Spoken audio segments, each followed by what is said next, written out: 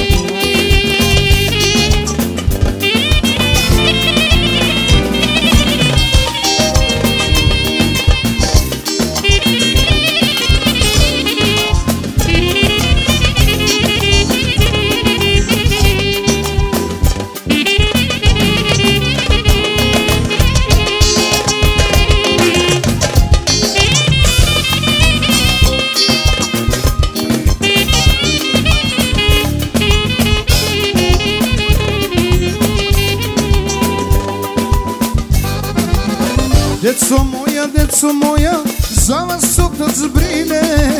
Deco moja, pamtite mi ime. Deco moja, za vas otac brine. Deco moja, pamtite mi ime.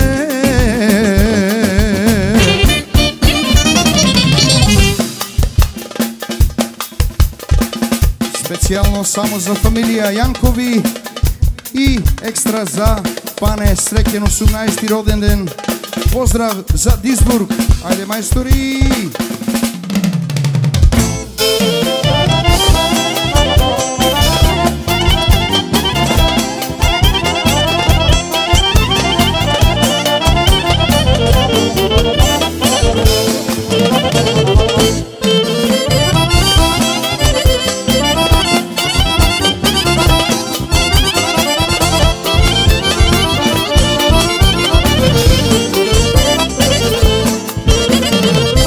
Kako senka moja, ti si kade i da odam.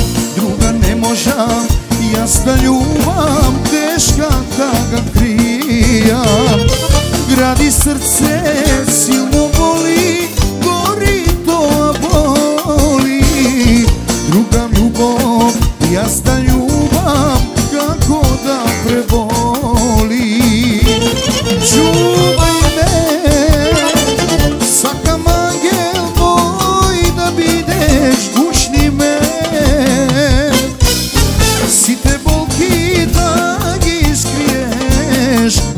głośni me sokri me dwoje zdobidam bo kada sokrijam čuvaj me sakam angel moj da bideš głośni me site bolki da gi skriješ pakni me sokri me dvoje zdobidam bo kada sokrijam